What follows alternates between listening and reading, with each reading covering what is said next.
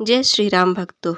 जो व्यक्ति सब धर्मों का त्याग करके एकमात्र श्री भगवान के आश्रित हो गया है और भजन प्रारंभ किया है, इस अवस्था में अगर वो गिर भी जाता है, पतित हो जाता है, तो भी उसका कोई कुछ भी नहीं बिगाड़ सकता, क्योंकि उसकी रक्षा स्वयं भगवान करते हैं। राम नाम की इतनी शक्ति है कि मनुष्य बड़े से बड़े दुख को भी आसानी से पार कर लेता है। तो आइए पूज्य श्री प्रेमानंद जी महाराज के द्वारा इस कथा का आनंद लेते हैं। देवर्षि नारद जी ने भी श्रीमद् भागवत में कहा है कि जो सब धर्मों का त्याग करके एकमात्र श्री भगवान के आश्रित हो गया और भजन प्रारंभ किया है, अभी भजन परिपक्व अवस्था को नहीं पहुंचा और वो गिर जाता है, पतित हो जाता है, तो उसका कोई भी पतन करने में समर्थ नहीं, क्योंकि भगवान है, रक्षा करते हैं, उसकी दुर्गति नहीं होगी। वो ऐसे संयोग को प्राप्त होता चला जाएगा जो बड़े बड़े पुण्यात्माओं को भी नहीं मिलता।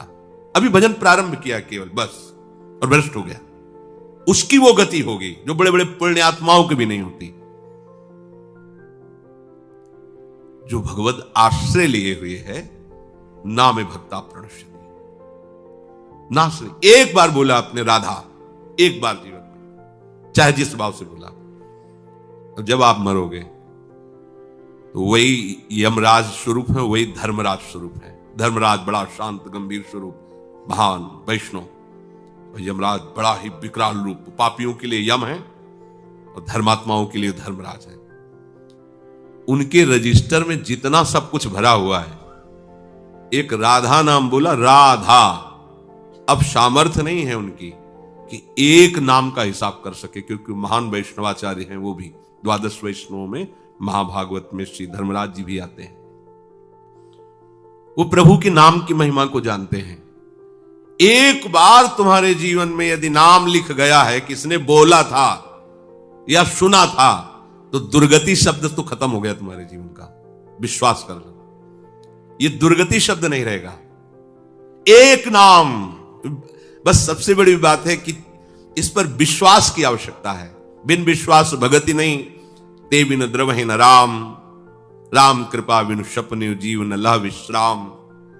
एक बार, कई बार सत्संग में सुनाया है कि दो भाई थे, एक भाई धर्मात्मा और संत सेवन, साधु महात्माओं को देखते ही उनके चरणों में प्रणाम करना, आदर पूर्वक विनय पूर्वक घर लाना, उनका पाद प्रक्षालन, चरणोदक उतारना, उनकी पूजा करना, सुंदर भोग पकवान बना के उनको पवाना, आदर से विदा करना। उनका जो भाई छोटा था, शराब पीना, मांस खाना, गंदे आचरण करना और अपने भाई का भी विरोध करना, साधुओं को देखते ही गाली देना, ऐसा। दोनों की अपनी अपनी वृत्तियां। बड़े भाई को अंदर से बड़ा कष्ट होता, एक ही गर्भ से पैदा हुए हैं, पर कैसा ये असत आचरण करता है, कब इस पर भगवान की कृपा होगी। एक दिन अयोध्या के संतों की मंडली वहां से पधार रही थी। पहले संत जन पद यात्रा ही करते थे, उसका स्वभाव था संतों की सेवा। विनय किया तो संत श्रद्धा देखते हैं, उनके आदर भाव को देखकर घर गए। जो ही प्रसाद पाने को बैठे तो उसी समय वो शराब पी के लड़खड़ाता हुआ वहां से, क्योंकि घर तो एक ही था, वो ऊपर रहता था। पहले ही संतों से कहा, प्रभु नाराज मत होना, ये हमारा भाई पर ऐसे कुसंग को प्राप्त होकर दुष्ट स्वभाव वाला हो गया है। वो संतों को गाली देते हुए ऊपर चला गया, प्रसाद पवाया और घुटने टेक कर कहा, प्रभु क्या इसका भी उद्धार हो सकता है? तो उनमें जो मुखिया थे संतों में, उन्होंने कहा, आप चिंता मत करो, भगवान के नाम में बड़ी सामर्थ है। अभी अभी हम उपाय कर देते हैं जिससे इसकी दुर्गति नहीं होगी। संतों से कहा, तुम इनके घर से बाहर निकलो। तो शंख घंटा नाद करते हुए निकले। उसको कमरे में पता चला शंख घंटा नाद से कि संतजन गए, तो अपने भाई को गाली देने के लिए कमरे से जे ही बाहर निकला तो जो मुखिया संत थे, वो खड़े ही थे, वो बाल ब्रह्मचारी उठा के पटक दिया उसको, और नशे में ही था, छाती में चढ़ के बैठ के बोले बोल राम राम, नहीं बोलेगा तो जान से मार देंगे, बोल राम राम, बोल नहीं बोलेगा वो गर्दन था, बोल। उसने सोचा कि बोल देने से प्राण बच जाएंगे, इतना तगड़ा बाबा जी ऊपर बैठा है, ज्यादा देर बैठा रहा तो फिर तो राम राम, बड़े ऐसे ही उपहास पूर्व या अश्रद्धा पूर्व राम राम। बोले बेटा इसकी कीमत कभी मत लेना। बोले चल कीमत मत, चल अब वो तो जानता ही नहीं ना प्रभु के नाम और प्रभु के भक्तों को। नीचे उतर के आए, उन्होंने कहा विश्वास करना मेरी बात का, अब इसकी दुर्गति नहीं हो सकती। कुछ समय बाद उसको कैंसर हुआ, शरीर में भयानक पीड़ाएं, शरीर पूरा हुआ, यमपुरी में पहुंचा। यमराज जी ने पूरा हिसाब वो तो सेकंड के कम हिस्से में देख लेते हैं। अब ये तो सीधे नहीं कि जाओ रो में डालो, क्योंकि 2 बार नाम लिया। उनका भाई तुम्हारा पूरा हिसाब जो है नर्क वाला है। बस एक मंगलमय कार्य हुआ, संत के द्वारा प्रेरित होकर 2 बार तुमने राम राम कहा। बोलो तुम इसका क्या सुख चाहते हो, जो चाहोगे तुम्हें प्राप्त हो जाएगा, फिर तुम्हें यह नरक भोगना पड़ेगा जो पाप कर्म किए। संत की वाणी अमोघ होती है। उस समय भी उसकी स्मृति में आया कि बेटा इसकी कभी कीमत मत लेना। ओ, बच गए, नहीं तो पहले हिसाब अगर मिलता तो हम समझ ही नहीं पाते। पहले तो हिसाब ना तो मुझे पता तो होना चाहिए कि इसके बदले में क्या दे सकते हैं आप, नाम के बदले में आप हमें क्या दे सकते हैं। भाई कीमत तो हमें पता हो तब हम हां बोले।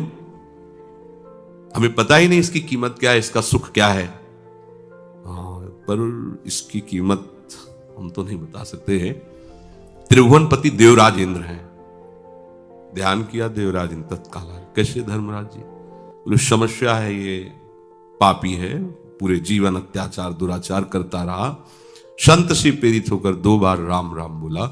अब ये कह रहा है कि इसकी कीमत क्या है, क्योंकि इसका फल देना पड़ेगा। प्रभु के नाम का फल, ये तो हमारी सामर्थ्य नहीं कि हम इसका। सृष्टि विधाता भगवान ब्रह्मा जी, तो उनको तो बुला नहीं सकते क्योंकि परमेष्ठी पद में इनको जाना पड़ेगा, वो बड़े पद के हैं। धर्मराज जी देवराज जी ब्रह्मलोक पहुंचे। बीच की बात की जब कहा उनसे कि जीवात्मा से चलो साथ, कहा बोले हम लोग तो निर्णय नहीं कर पा रहे, ब्रह्मा जी करेंगे। तो बोला ऐसे थोड़ी जाएंगे, वो बहुत चतुर था। उनका पालकी लाओ, उस पर बैठ के जाएंगे। उसकी पालकी में एक तरफ देवराज इंद्र, एक तरफ धर्मराज। बोले जितने तुम्हारे भयावने दूत है ना, ये हमारे सामने भी नहीं आने चाहिए। शासन कर रहा है, 2 बार नाम सब। ब्रह्मा जी ने कहा कौन सी लीला हो रही है भाई, कौन सा महाभागवत आ रहा है इतने सम्मान से।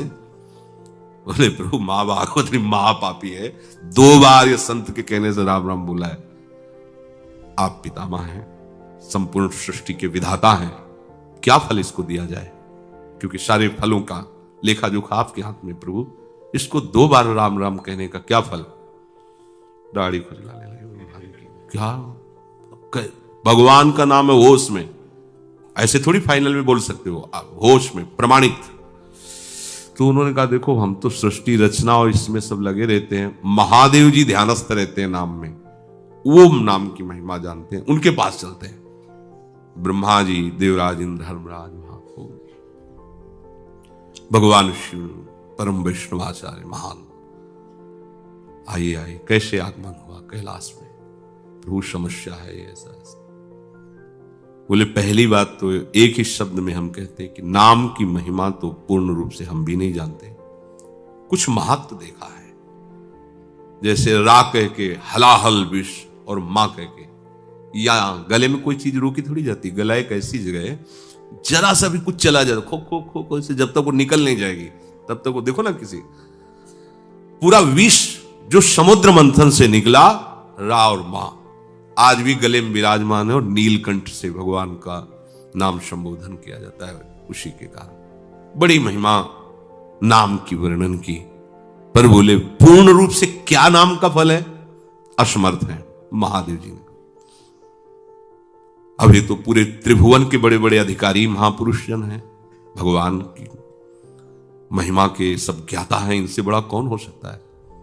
अब हुआ कि आखिर निर्णय क्या किया जाए कि क्या है भगवान के नाम का फल, तो भगवान से पूछ लिया जाए। चलो साकेतपुरी, जैसे भगवान नारायण हरि लक्ष्मी जी के साथ वैकुंठ में विहार करते हैं अपने दिव्य पार्षदों के साथ, ऐसे ही भगवान रघुनाथ जी सिया जी के साथ अपने परिकर के साथ साकेत बिहारी हैं। देखो इस पापात्मा जीव को वाह किनके साथ जा रहा है, ब्रह्मा जी, महादेव, देवराज इंद्र, धर्मराज, अखिल लोक चूड़ामणि भगवान सिंहासन पर विराजमान है। वाम भाग में सियाजू विराजमान है, चरणों को सहलाते हुए महावीर, महाबली, परम ज्ञानी हनुमान जी महाराज और पूरा सब। प्रभु मुस्कुराए, कैसे कैसे ये सब भगवत स्वरूपों का कैसे आगमन हुआ। बोले प्रभु बड़ी समस्या है, इसको आप ही समाधान कर सकते हो। ये जीवन भर आपकी आज्ञा का उल्लंघन करने वाला जीव है, शास्त्र विरुद्ध आचरण, पापात्मा, संत से प्रेरित होकर 2 बार आपका नाम लिया है, इसका क्या फल हो सकता है। क्योंकि हम सब असमर्थ हैं कि इसके फल का ठीक निर्णय कर सकें। भगवान ने कहा उठा के हमारे पास लाओ, तो गोद में बैठा ला, दुलार करते हुए कहा कि कोई कितना भी बड़ा तपस्वी या साधन संपन्न हो, ऐसी स्थिति को नहीं प्राप्त होता, वो अपनी गति को प्राप्त होता है। पर इसने संत के द्वारा 2 बार नाम, तो नाम का क्या फल है ये तो पूर्ण रूप से हम भी नहीं कह सकते, और उसका महत्व क्या है तुम देख लो कि हमारा साधन भजन करके पदों पर पहुंचा जा सकता है, लेकिन हमारी गोद में केवल नाम का प्रभाव आप महापुरुषों के साथ यहां तक आया, अभी हमारे ही धाम में रहेगा। इसके बाद नाम की क्या कीमत है, क्या महिमा है, ये तो हम भी नहीं कह सकते। कहां कहां लगी नाम बढ़ाई और राम न सके नाम। ये पक्का है, आपने जो भगवान नाम लेना शुरू किया तो नाश शब्द तो आपके जीवन से गया। जो नाना प्रकार की दुर्गतियां हैं, विश्वास करो नहीं होगी, दुर्गति नहीं हो सकती। भगवान कह रहे हैं नैवेह नामुत्र विनाशस्तस्य विद्यते, नहीं उसका विनाश नहीं हो सकता। फिर होगा क्या, दुर्गति तो नहीं होगी। भगवान कहते हैं कि उसने निश्चय किया है ना, मैं भगवत मार्ग में चलूंगा, बस इस निश्चय के कारण उसका कभी भी नाश नहीं हो सकता, दुर्गति नहीं हो सकती। मैं भगवत मार्ग में चलूंगा, अब चल नहीं पा रहा, लड़खड़ा रहा है, गिर भी पड़ता है, राहत न प्रभु चित चूक किए की, करत सुरत शैबार ही की। प्रभु बाहरी बात नहीं देखते हैं, हृदय की बात को। हम चलना चाहते हैं पर चल नहीं पाते, यह हमारी असमर्थता है, पर हम पाना चाहते हैं। इस बात को प्रभु केवल जानते हैं, दूसरा नहीं। दूसरे तो सद्गुणों के महत्व को जानते हैं, उसको इस नजर में जच जाए तो महात्मा, और नजर से फेल हो जाते चाहे जितने बड़े महात्मा हो। तो प्रभु आंतरिक विषय को देखते, ये मेरे मार्ग में चलना चाहता है, पूर्वाभ्यासवश मेरी माया की प्रबलतावश ये आगे नहीं बढ़ पा रहा है, नाश नहीं होगा, पतन शब्द नहीं उसके जीवन में होगा, न में भक्ता प्रणश्यति। जैसे महाराज भगवान ऋषभदेव जी के पुत्र भरत जी प्रभु की प्राप्ति के लिए भारतवर्ष का राज्य का त्याग, रानी, महल, संपत्ति, सेवक, सब सुखों का त्याग किया। गंडकी नदी, जहां शालिग्राम भगवान जिस नदी में प्रकट होते हैं, उस नदी के किनारे एकांतवास करते हुए अपने चित्त को प्रभु के चरणारविंद में, उनके नाम में, उनकी सेवा में लगाने लगे। एक दिन वो गंडकी नदी में स्नान करके सूर्य अर्घ देने ही वाले थे कि देखा एक हिरनी जो गर्भवती थी वो जल पीने के लिए आई थी, पीछे से सिंह ने दहाड़ मारी, घबरा गई, वो एकदम छलांग लगाई। गर्भवती होने के कारण वो जो गर्भस्थ शिशु था योनि द्वार से जल के प्रवाह में गिर गया और वो आगे गिर करके मर गई। ये भरत जी ने देखा, वो तो मर गई जो मां थी, और अभी नवजात शिशु है तो मर जाएगा जल में। दौड़े और उसको गोद में उठाया। वैसे ही सुंदर होता है हिरण का शव। अब लाए और उसको दुलार करने लगे। 2-3 दिन में वो ऐसे चलने लगा। अब पूरी दृष्टि उस पर, कहीं कोई भेड़िया ना खा जाए, कहीं कोई सिंह ना खा जाए। नहीं नहीं, ये मेरी शरण में है, इसका कोई नहीं है। अब उसको गोद में ले हुए कुमल कुमल घास लेके उसको पवाते हैं। ये कोई गलत कार्य नहीं किया इन्होंने, ऐसा ही करना चाहिए। कोई भी भक्त हृदय धर्मात्मा वो ऐसा कैसे देख सकता है कि उस जीव मर रहा है और हम उसे जाने दें। जहां तक हो सके हमें प्रयास करना है उसके दुख दूर को, उसको बचाने का, उसको सुख देने का, पर बराबर नहीं, उस पर आसक्त नहीं हो जाना। इसलिए सेवा करनी है पर ममता नहीं, निर्ममो निरहंकारा, अहंकार नहीं कि मेरे द्वारा इसका भरण पोषण होता है। सेवा करनी पर उससे ममता नहीं रखनी। ये परमार्थ के साधन की कसौटी है। सेवा करनी पर ममता नहीं रखनी, गलत हो गया यहां। सेवा की और ममता कर ली। अब वो बड़ा हो गया था, वो अपने झुंड में चला जाए जैसा, उससे निरपेक्ष होना चाहिए था। उसका जीवन क्या है प्रभु जाने। 2-4-10 दिन उसको संभाल दिया और छोड़ दिया, पर ऐसा नहीं हुआ। आसक्त हो गए। अगर वो आंख मूंद के ध्यान भी करना चाहते तो हिरन ही ध्यान में आता है। ऐसे खोल के देख लेते हैं कि कहीं उसको कोई जीव खा ना जाए।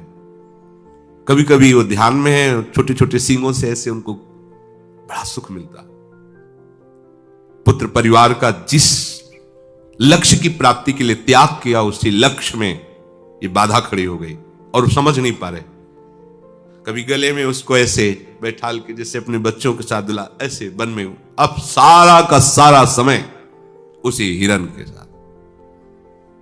बड़ा वियोग वर्णन है उसमें जो वो चला गया। अंतिम समय उसी हिरन में आसक्त होते हैं।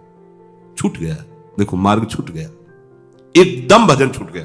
भागवत में लिखा है जिस भजन के लिए उन्होंने सब का त्याग किया, उसी भजन का त्याग कर दिया। एक क्षण भी भजन नहीं कर रहे, बस उसी हिरन के बच्चे के साथ। अंतिम समय में उसी हिरन का ध्यान करते हुए उनका प्राण छूटा। अब क्या होना चाहिए था? दुर्गति होनी चाहिए थी। नहीं, ऐसा नहीं हुआ। जब हिरन बने तो पूर्ण ज्ञान प्रकाश में है। ओह, मेरी दुर्गति अर्थात उस उत्तम मानव देह से जो भगवत प्राप्ति की साधना कर रहे थे, उसमें विक्षेप और मैं हिरन के शरीर में आ गया। अब नहीं, जिस दोष के कारण हमारा ये पतन हुआ, अब नहीं। अपनी मां को छोड़ दिया, बच्चा हिरन वही गंडकी नदी के पास है। हरी घास नहीं खाते, कहीं ममता ना हो जाए। बड़े सावधान, अपने शरीर को उसी गंडकी नदी में खड़े करके जो पूर्व में मंत्र जप रहे, वही मंत्र जप रहे हिरन के शरीर में, वैसी साधना प्रारंभ। क्या पतन हुआ? भगवान के आश्रित परमार्थ में चलने वाला पथिक कभी भी पतित नहीं होता। जो बड़े बड़े परमहंसों की स्थिति होती है, हिरन की स्थिति है। गंडकी नदी में शरीर को खड़ा किए, मंत्राकार वृत्ति, हरी घास भी नहीं, सूखे तृण पत्ते खाते हैं जिससे राग ना हो जाए।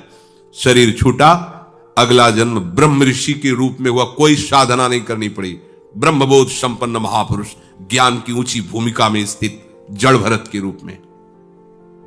भजन का क्रम नहीं नष्ट हुआ, साधना नहीं रुकी।